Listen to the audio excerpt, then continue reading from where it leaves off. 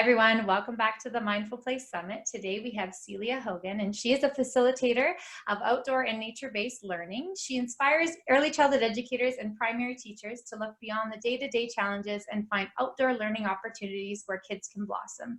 She's passionate about connecting children to nature and is a strong advocate for nature play, risky play, building resilience, and improving mental health and well-being through nature. Celia originally studied outdoor recreation and adult education, and with 20 plus years of experience in outdoor education and teaching, she now runs professional development training for teachers on all things nature. So welcome, Celia. Thanks so much for having me. Really exciting to be here. Yeah, so can you just take a moment and tell us a little bit about yourself, where you're from, and how you got into the nature-based learning? Yeah, sure, Crystal. So I'm from Christchurch in New Zealand, so over the other side of the world from you. And I guess from my bio, originally I studied outdoor education and teaching, and I loved being outdoors. It was just that that feeling that you got, that calmness, that connection to wherever you were, being present in that moment. So I just loved that feeling, and that was the natural path for me to study. So that meant I ran outdoor programs for adults. I ran them for high school students, primary students, and now early childhood. But I guess what really spurred me on into this stage of my life was having my own children, and just going, oh wow, I really want them to have those same experiences that I did, and that kind of play in nature, and going and building huts or making dams, and just that freedom that kind of comes with spending lots of time outdoors. And so when I was looking at preschools for my first child, I was just a bit shocked at the outside spaces. I was just like, this is not what I had imagined. And so that's kind of what started me on this part of my career, was my own kids, and going, actually, not only do I not want that for my kids, I can't have that for everyone else's kids. We need to change this, and we need to get kids outdoors more, and we need to get centres and schools setting up their outdoor spaces with nature in mind, and what children need in those spaces. Absolutely. And if you could talk a little bit about the benefits of nature play. Yeah, oh my gosh, there are so many. So I guess, obviously there's the physical benefits, that movement, the fine and gross motor skills. We're also looking at our social development. So when we're outdoors and playing, you're often with other children, and when children are in small groups, they actually have a lot of conversation going on, and there's lots of problem solving, so there's discussions that happen, and it's a really great space for social development, but as well for our emotional well-being and overall well-being. We know, and the research is really clear, that when we spend time outside, it can help calm and lower our stress hormones. So 20 minutes outside can help us regulate those emotions. And that's a really good thing to know, as not just as an educator, but also as a parent, that if our children are feeling really overwhelmed, that we can take them outside, and that can help reduce their stress levels. There's also all the other things like, the confidence that children can have when they're playing freely outside, the resilience that it builds, and the persistence, if they're faced with a problem, having that persistence to keep trying. And I know we're not talking really about primary school, but I'm not sure how it is in Canada actually, but in New Zealand, kids go to school around 5 years old, and what sometimes happens is they start doing all these things and have the tests and all that kind of stuff, and they start kind of not wanting to take a risk in their learning, or they see themselves as, oh, I'm not very good at that subject, and they don't want to get things wrong. But when you're out in nature, whatever age you are, there are no levels, there's no kind of assessment that the children think of. So they are out there and they will give things a go, because there isn't a test, or there's not a level, you're not going to get a mark for it. So there's a lot more confidence that comes out in the outdoors. And yeah, that's really good for self-esteem, the way people see themselves, and and that awareness of nature. And you know, you talk about mindfulness a lot. It's just such a great place for connecting with yourself as a person and nature. If when we're there and present, children, they're just incredible with what they notice and what they pay attention to and what they see. So they're really present in an outdoor environment. Absolutely. When you're speaking, I just feel like yelling freedom, you know, when you go outdoors and getting rid of the four walls and just exploring, right? They're not told to think a certain way. It's just allowing them to just be and express. I really like that. So why is it, you know, we talked a little bit about importance of children to play outside. You know, if you could expand a little bit more on that, more specifically around, you know, I would say the freedom of expression, but just, is there certain things that we can incorporate, you know, while they're playing outside, and the importance of that? Yeah, so I think there's a couple of things there. There's, you know, as adults, we love to play with our children, but it's equally as important for that connection, but it's also equally important to have unstructured playtime. And I'm going to just talk about that a little bit. Hopefully it's kind of on task with what you're asking there. But children are really overstructured in their time these days, you know, where they're so planned with their day and the activities that they have to do. And even in early childhood, we're not just talking about older children. Early childhood kids, you know, they have to do this and then this and then this, and they don't get a huge amount of free play time. And why it's important, and I'm going to refer to Peter Gray. Have you read any of his work? Yeah, cool. So Free to Learn, I think, is his famous book, but he talks about the locus of control. And so the internal and external locus of control. So that's what we have control over. And his research is talking about that children don't have much control over their lives, and that's creating a lot of anxiety. And we're definitely seeing some really high mental health statistics internationally, and very much so here in New Zealand as well. So where that all fits in is if it's out of balance, that locus of control is out of balance for a child, then they have that anxiety. So a lot of that, we can give them control back by allowing them to lead their own play. And so that's why I'm really passionate about child-led unstructured play, that they have opportunities in their day to be in charge and choose how they want to play. Because when they feel in control, and it's the same as adults, you know, when we feel in control, we feel calmer. And we're able to be mindful with what we're doing. But if we are feeling stressed, you know, our brains are in that fight-flight zone a lot more often when we're out of control. And you know, you can look at this year as far as with COVID, you know, there's definitely those kind of feelings I'm sure people can be familiar with. So yeah, with children, just being able to lead that play helps calm them down, helps reduce their stress and any anxiety. But it's also, that's how they're growing their brain, you know, that's how they are strengthening the neurons and the neural pathways in their brain. So by allowing them that time, they're kind of creating these little files of information. Yeah, so there's so much there.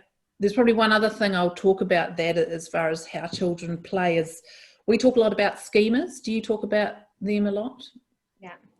Yeah, so outdoor play is great for seeing schemas. And for those who are watching who aren't quite familiar, schemas are play urges. And what that means is things that are deep within a child, things that they need to do. For example, if you're at home and a child's jumping up and down on the couch and you say, stop jumping on the couch, and they look at you and you look back at them and you're like, no, and they keep looking like, oh my gosh, it's too strong, the urge, and they just keep jumping up and down. It's just this inner need to jump.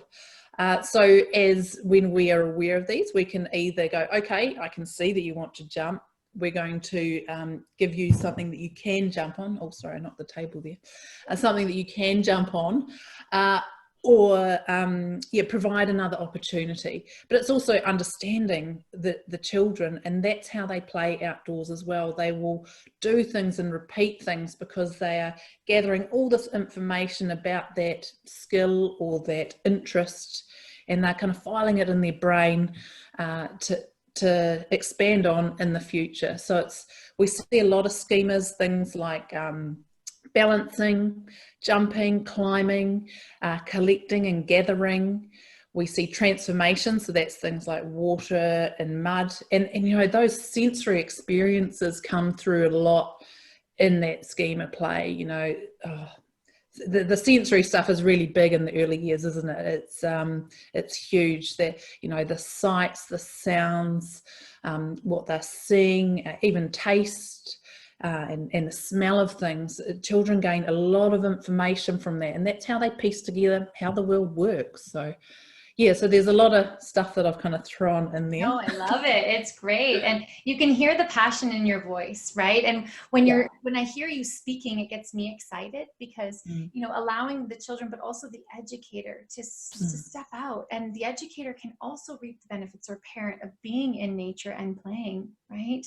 And a lot of the times we feel that, we have to do things a certain way instead of just relaxing and allowing the child to show you, they might want to play, hide and seek or whatever. And instead of, and if you set up safe boundaries, why not?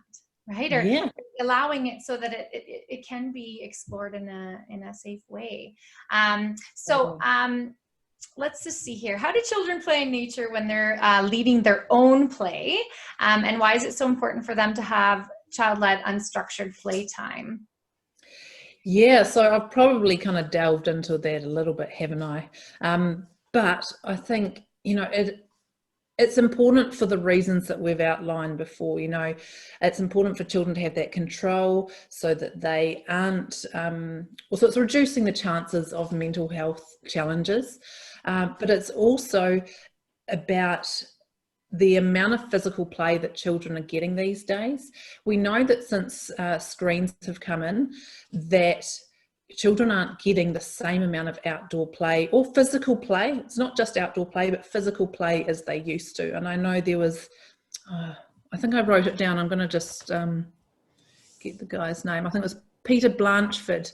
He did some research in the UK, and that was looking at schools and the amount of outdoor time they got. I think it was maybe 20 years ago. So they were getting about 90 minutes of outdoor play time in a day in school, and then now it's half of that, 45 minutes. So, children do need a lot of time to be able to develop. And if you're looking at Angela Hanscom's research, so Balanced and Barefoot, or she's the starter-upper of, what's it called?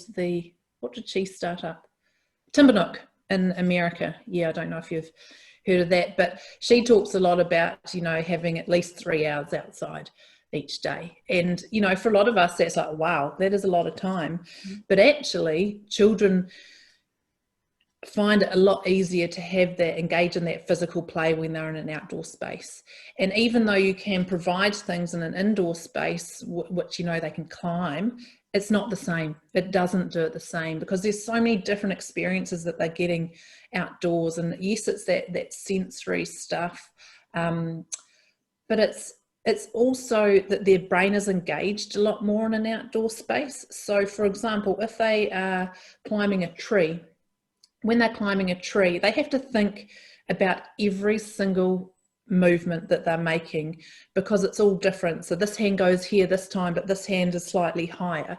Whereas if we have, even in an outdoor space, but a ladder, for example, going up the slide, it's the exact same distance. So they actually end up just memorizing that distance and not thinking much when they're doing that. But in nature play, they have to think the whole time that they're moving, and they're really learning about becoming aware of what their body is capable of, but also testing themselves and putting themselves outside their comfort zone. And so, one way they often engage in outdoor play is through risk-taking. And this is a very favorite topic of mine. You want to talk about risk? Yep. Yeah. Yeah. So risky play, Alan Sansetta kind of created the 6 elements of risky play. And I'm never good at remembering them off the top of my head, but so we have the 6 elements are speed, heights, she says dangerous tools, but it's just, tools. Dangerous elements, so we're talking about elements like water or air, or that kind of thing. Hiding places, so having places where children can hide. And then the last one, rough and tumble. So those are the 6 elements, and then there's 2 more that have kind of come up in the latest research, and that's vicarious play, so just watching other people and getting that thrill through that. And what's the other one is through impact, so when you impact on something, so that's kind of another risky element. So it's really important for children to have these risky play opportunities, especially from a young age. And I know that a lot of people are going, oh, but what if my children hurt themselves? The great thing is that when they're young, they've always got supervision. We are there to help keep them safe. But keeping them safe doesn't mean they're not going to get a cut or a bruise or a scratch.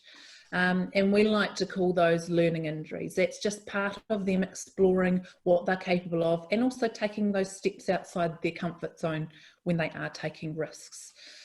But one of the things that we sometimes don't think about with risk taking is that it's a lot about physical, but there's a lot of mental in that. There's a lot of problem solving and assessing, can I do that? Can I try? Is that safe for me to do that? Do I have the skills?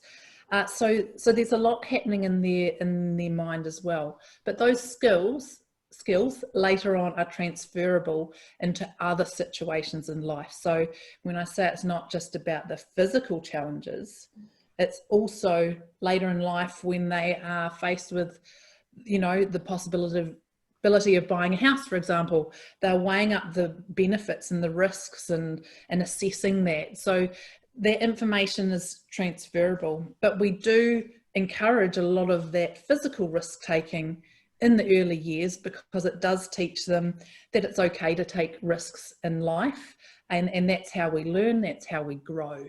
So we're really big advocates with what I do in risky play.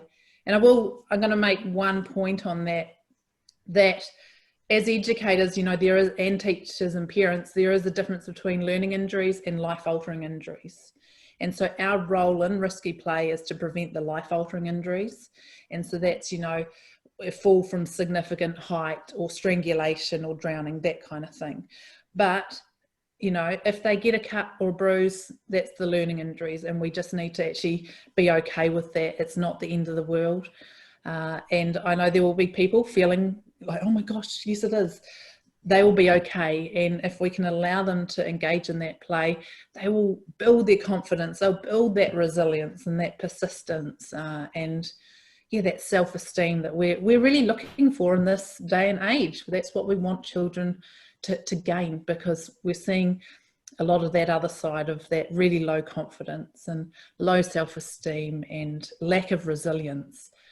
If we're going to have to deal with what we're dealing with as the world right now for a long time, we need to have more resilience. Absolutely.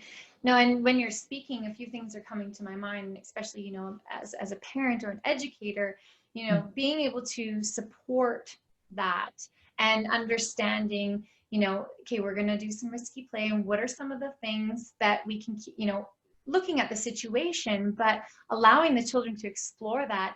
I've seen so many children that are like, oh, I can't, or, they've got that limiting self-belief because they've never been given that empowerment and inspiration to say, well, let's just try, or what's the, let's bounce on this log together. What's the worst thing that could kind of happen? It's like, well, I could fall. Well, I'm right here, support, and giving them that encouragement. Well, maybe after the 3rd time, they're going down that log and jumping off, safely to wherever, and they've built that, right? And when you're speaking about the children in nature and them touching, even to the ground and their feet, that's giving them that beautiful energy exchange, but it'll also help them kind of ground into it. So I just, hearing you speak, I get really excited because, I know as a child for myself, it was, come home when it's dark and a lot of Yeah. outdoor play, and then seeing the shift in the Mm. culture, and where, you know, especially right now with everything going on in the world, there's a Mm. lot of fear where, you know, maybe we aren't doing the things that we would normally want us to do to allow the Yeah. children to explore. So as parent, educator, or caregiver, how can we support in that role, with the children, with nature play and risky play, Yeah.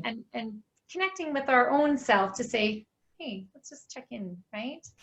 Yeah. Well, I think, yeah, it's a great question, because children are capable and competent. Like, they actually know how to do things. But what's actually happened over a period of time is adult interference has come in, as well as, I think, the whole over testing of children is definitely having an impact in certain countries. Probably not so much New Zealand, but I am reading a lot about the impact that has on the way people see themselves as a learner. And so our role is really important. We really want to make sure that we're giving those free play opportunities, but also, you know, on that same side, playing with them and connecting with them, because that's really important. Because when children feel like they're connected to an adult, that's when they also feel like they're able to go and explore. So they need that connection first and foremost. And in everything I do, I'm always talking about to teachers, well, first thing you need to do is have a really good relationship and connection with the children that you're working with. And if anything happens, that's where you go first. You go to that connection and then you work on from there. So as a role in the outdoors, you know, having good connections, strong relationships.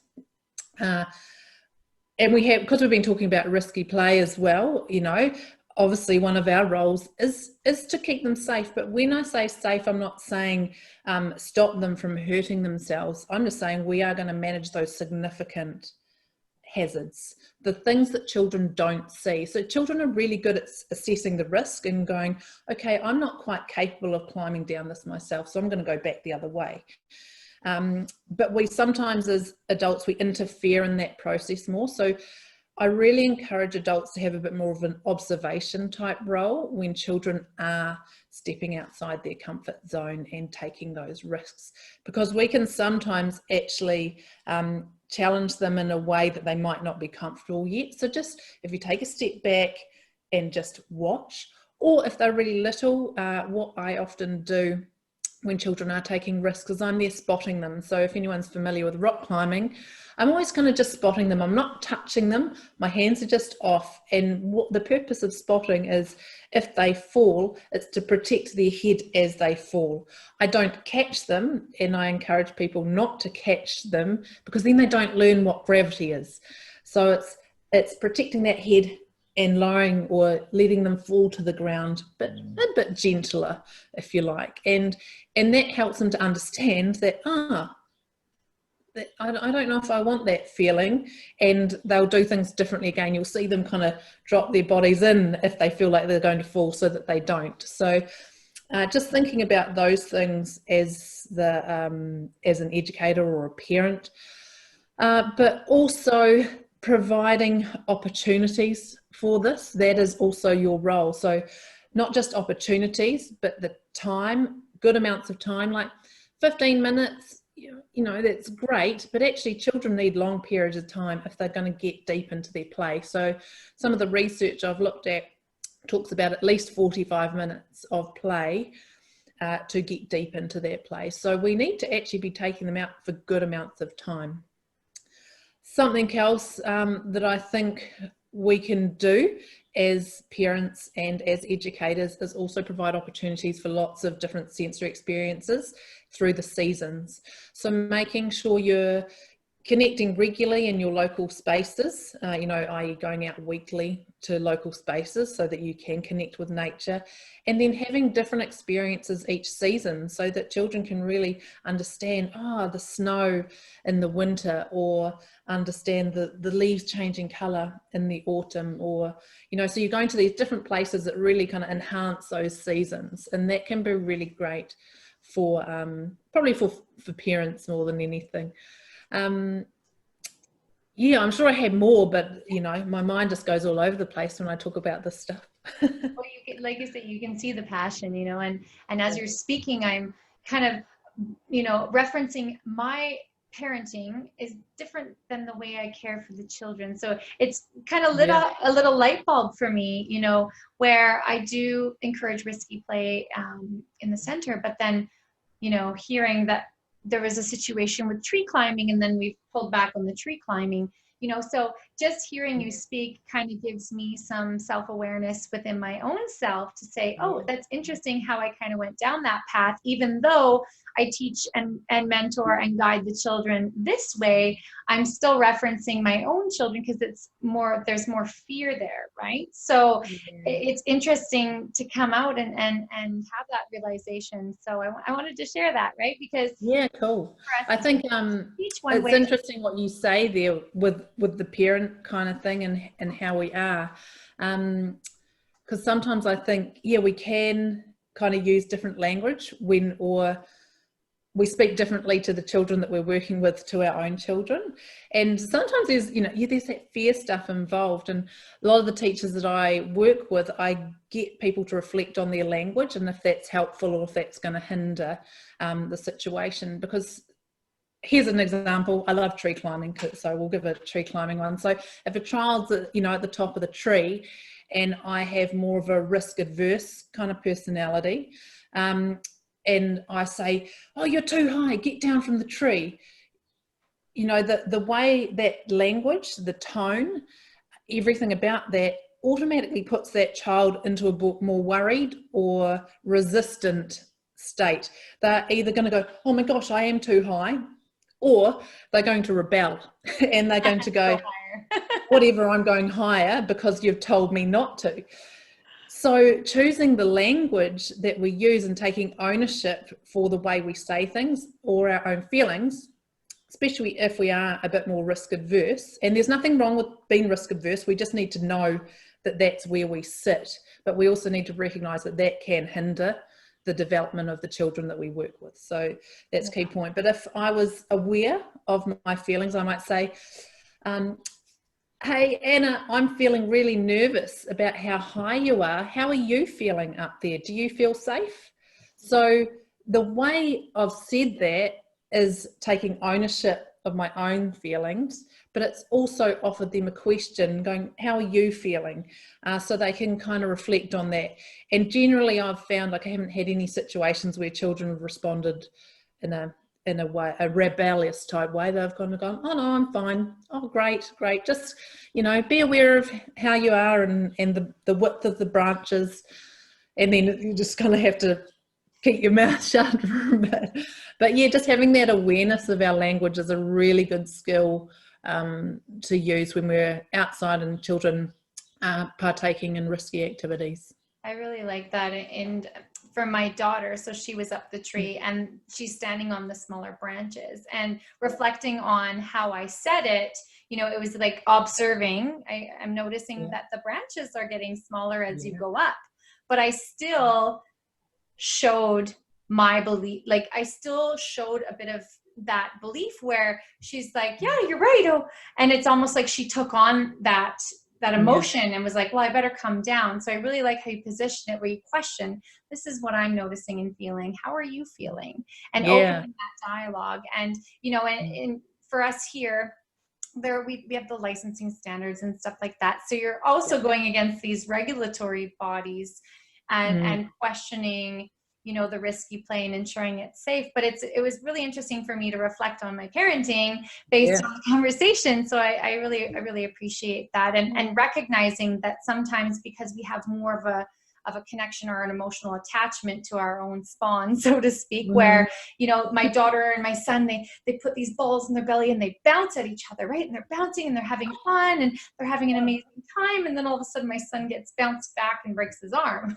So it's like, oh, well, yeah. So there's these, you know, experiences that happen that, you know, then I reflect and go, okay, so I have to also let that go and understand that that they are now, you know, looking at, okay, well, let's talk about that. Well, you know, my oldest daughter has a bigger body, and, you know, and how can we now shape that in the future to ensure that, you know, instead of 2 balls, maybe we'll just try 1, or, you know, making sure that when we fall, like certain things to allow that play is still to happen, but for myself to incorporate it. But it's easy to, because I love risky play, and when you talk about it, I get so excited about it, but referencing and connecting and I think that, you know, having that awareness to reflect back upon our own beliefs around it, right? To remind ourselves, you know, how can we ensure that this can still happen, but in a way where it's like you say, you're spotting. That's a good term. Yeah.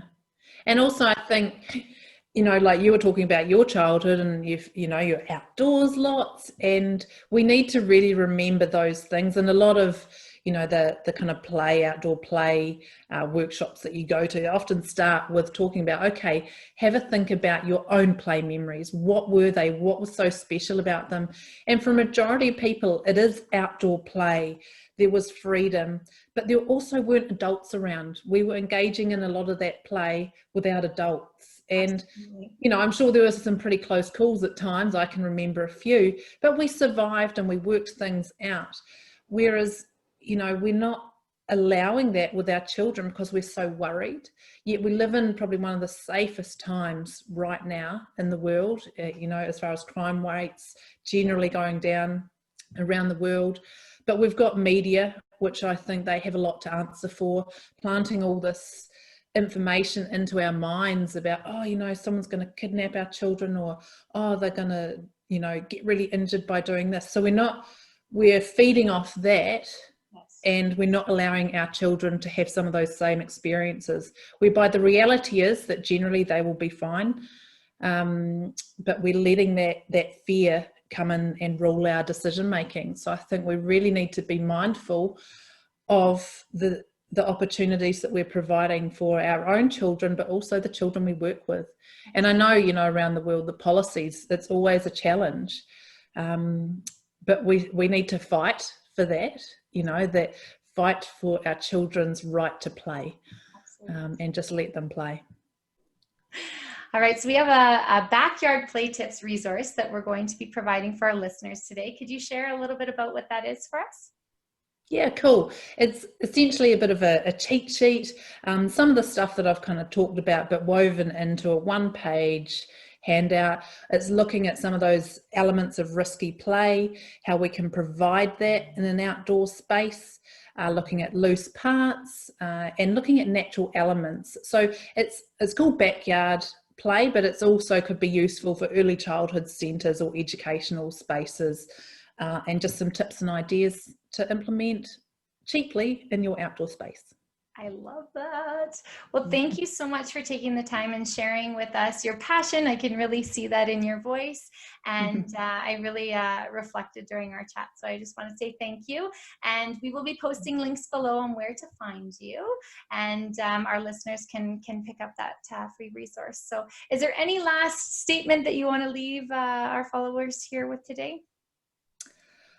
I think probably because we've spent a lot of time talking about risky play, you know, my key message is just unwrap the cotton wool and let them play. I think we just need to make that a priority, and just be really aware of the language that we're using around our children, so that we can help them to develop into those capable, competent children that they are.